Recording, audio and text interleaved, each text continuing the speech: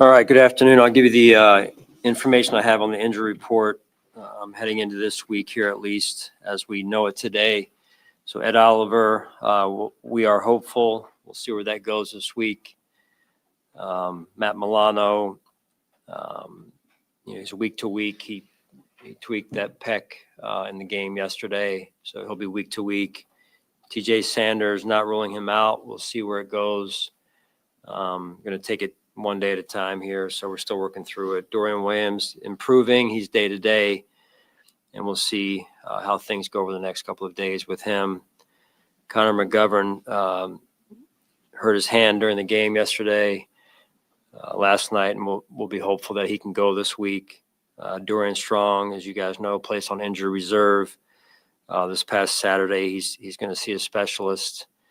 And then at this point, no decisions have been made on the guys that are currently on IR to open their window at this point. So we'll go from there. I think that should cover most of it, if not all of it. So if you have questions, happy to answer them.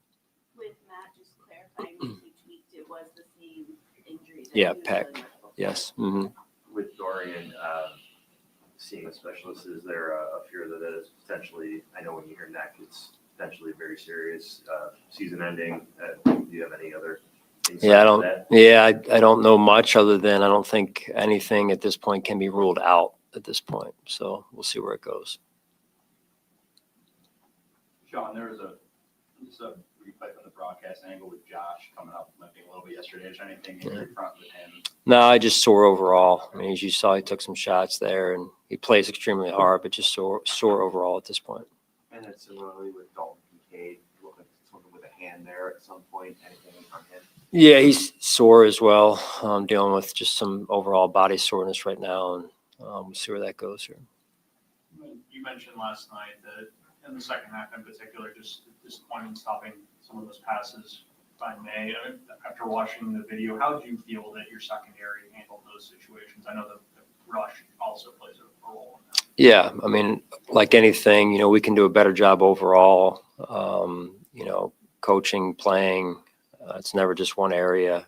It's never just coverage or just rush. It's a shared deal there. So I thought the quarterback extended some plays and made some good throws, and we've got to make more plays on the ball overall as a defense. I think we had one, and it was a defensive lineman in terms of the pass breakup part of things there. So, we've got to do a better job there. What do you make of the lack of TBUs from just your secondary as a whole through 5 weeks? Yeah, well, the game is making plays on the ball, and that's kind of the obvious part, and you want to be able to challenge. And in order to do that, you got to be in great position and have your eyes in the right spot and play with great technique, and then when you're one-on-one. And so that's an important part of playing good defensive football. You're well known for, every week you always say we have things to clean up. Does it hit home more after a loss, to the team, do you think? Does that message get through even more to the team after a loss like that? You would hope. Yeah. I mean, we've done a good job, I would say, overall. You're never perfect of responding when things haven't gone well result-wise. Myself as a coach and us as coaches, and the players do a really good job with this week to week too, even following wins, of being honest with themselves and being truthful in our conversations and objective on things we need to improve on.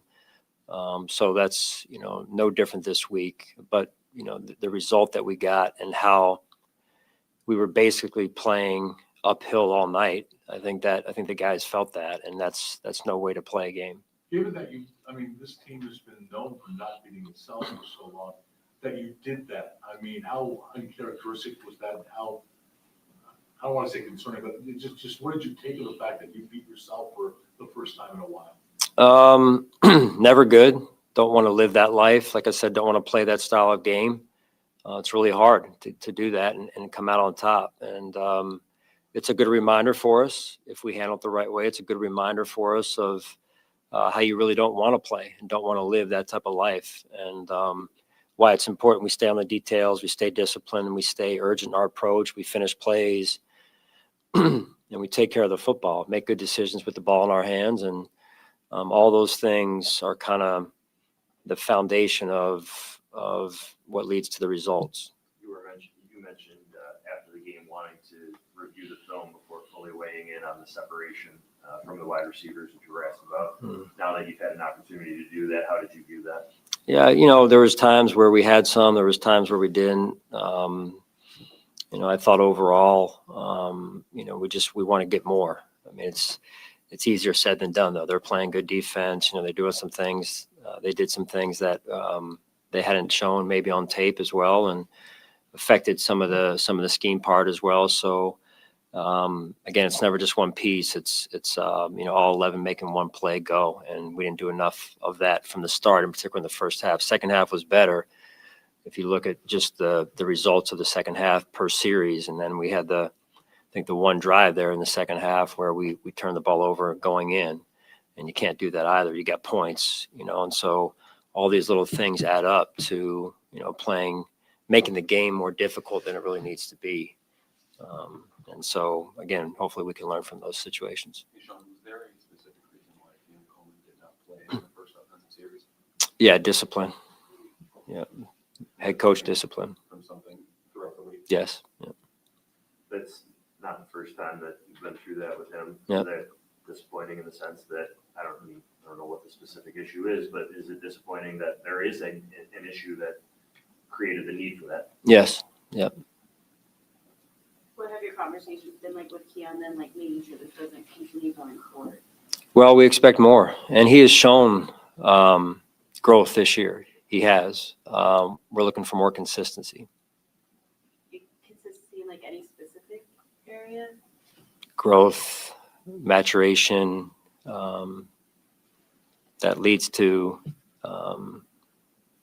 consistency more than anything. And like anything else, you have winning habits, it leads to winning on the field. And so that's really what we're trying to create, and that's what we're here to do, is help young men in this case grow and mature and develop and become professionals, and that's part of the process. Given how his day began, being disciplined, how do you factor in that fumble, and how do you address that with him, knowing that he's trying to grow and develop?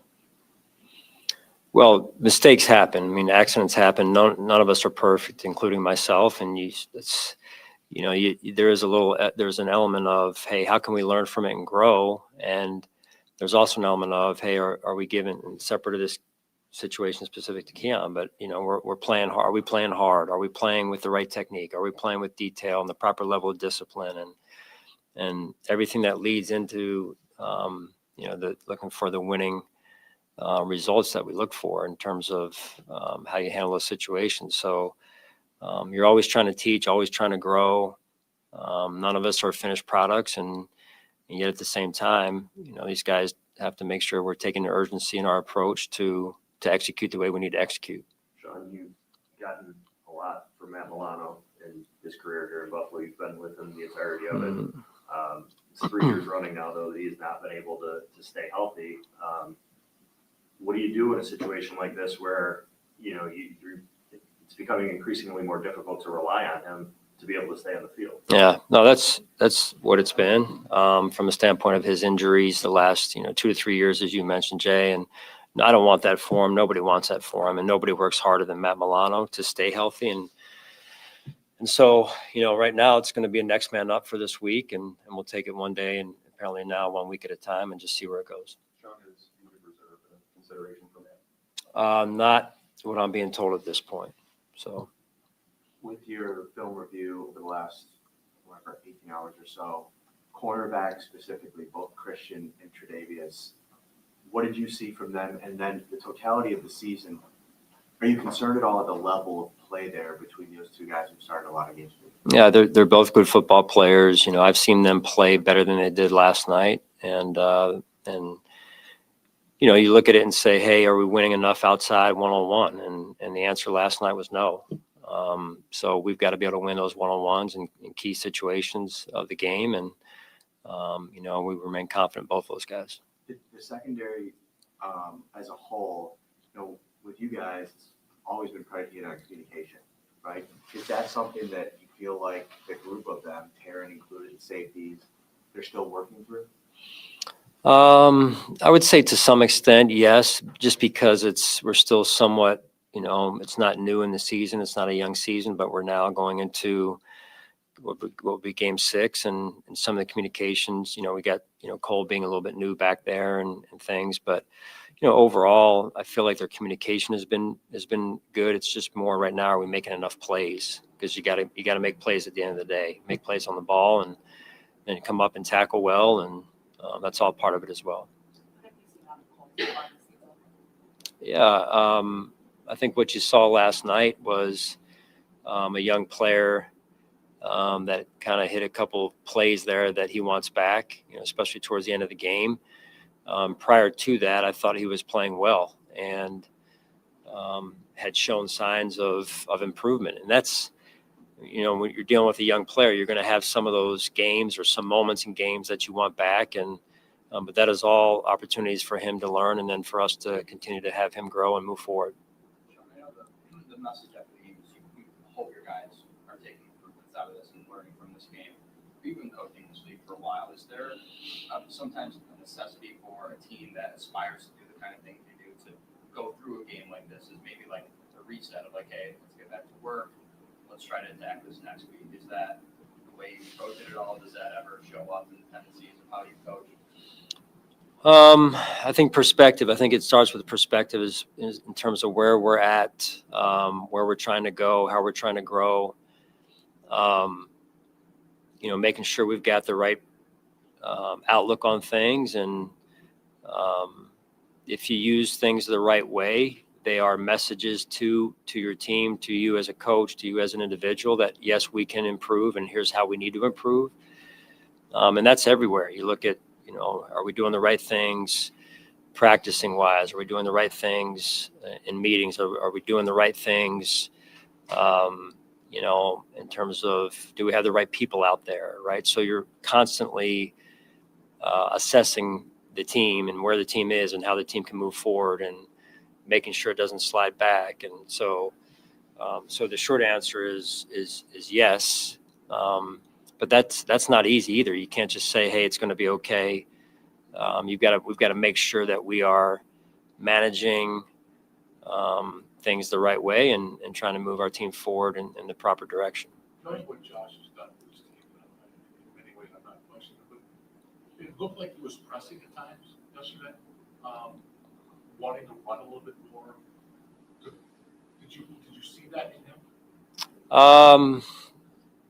I think at times maybe, overall, but Josh is a competitor, right? He wants to win, and so he's going to do what he feels like he needs to do to help his team win. So I'm never going to question his competitiveness, and I think some of it was just that. Other times maybe trying to do a little bit too much, but Josh is Josh for a reason. I mean, as much as he makes those great plays, somewhere in there he's going to show that he is human once in a while, and he wants some of those plays back. I mean, he's as competitive with those plays after they don't go his way as he is with the great plays he's made over the years. And I mean, he's the human eraser. That's what I refer to him as. He makes things go when there's nothing there to be had. And he is who he is for a reason. So he drives the level of play of everyone on our football team. Sean, you had started the first 4 games with a touchdown on each of your opening drives, so slow starts weren't a problem for the offense. Yesterday, however, 2 lost fumbles in the first quarter, 5 accepted penalties against. Anything stand out to you in terms of how that switched so much that you started so slow yesterday? When you look at it and you're spot on, the first half was slow. I thought that the offense did a really good job at halftime, led by Josh, of just resetting, and you have to be able to reset. But ball handling on the jet sweep to Dawson sounds or looks simple, but it's not. And that was the first fumble, and the second fumble, I believe, was Keon's. Correct me if I'm wrong. Again, it's what we preach. And as I said to the team after the game, we played the game the way that they wanted us to play the game, and we can't do that. So we've got to get back to reestablishing and really grooving our fundamentals, our detail, our discipline. Those are the things that have made us good for so long. And you cannot get away from those things. The minute you do is the minute it starts looking like that. And that's just not who we are. When you said yesterday that at times it was a little too cute, was the Dawson Knox play kind of one of those? Just overall, there's a lot of different ways that could go. And I don't want to single out one play. It's overall just more physical, more urgent.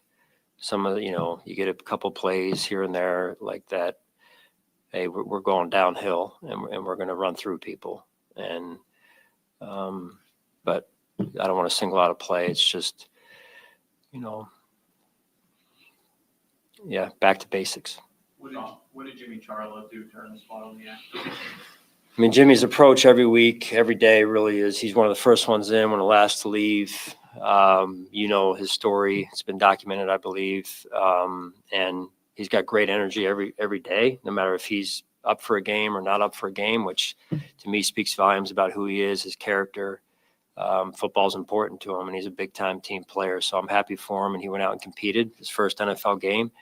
And, I was proud of him because it wasn't too big for him. He went out there and inspired people by his play and his effort. And honestly, those are things you look for.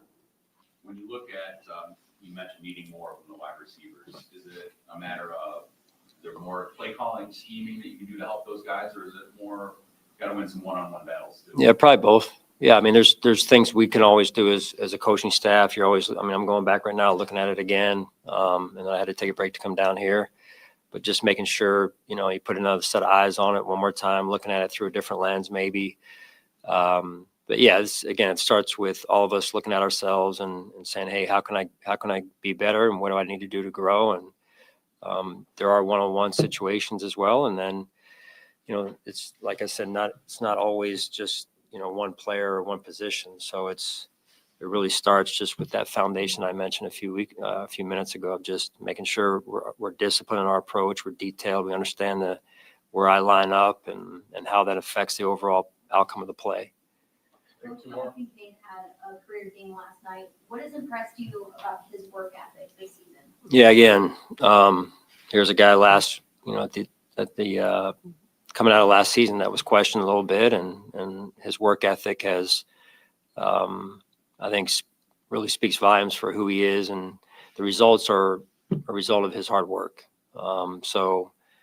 He is highly competitive, driven, wants to be as good as he can be, and I think every catch he makes, you kind of feel that you see the passion that comes out, and I love watching him. It's fun. It's fun to watch him play. What did Brandon Jackson do to earn a jersey yesterday? Yeah,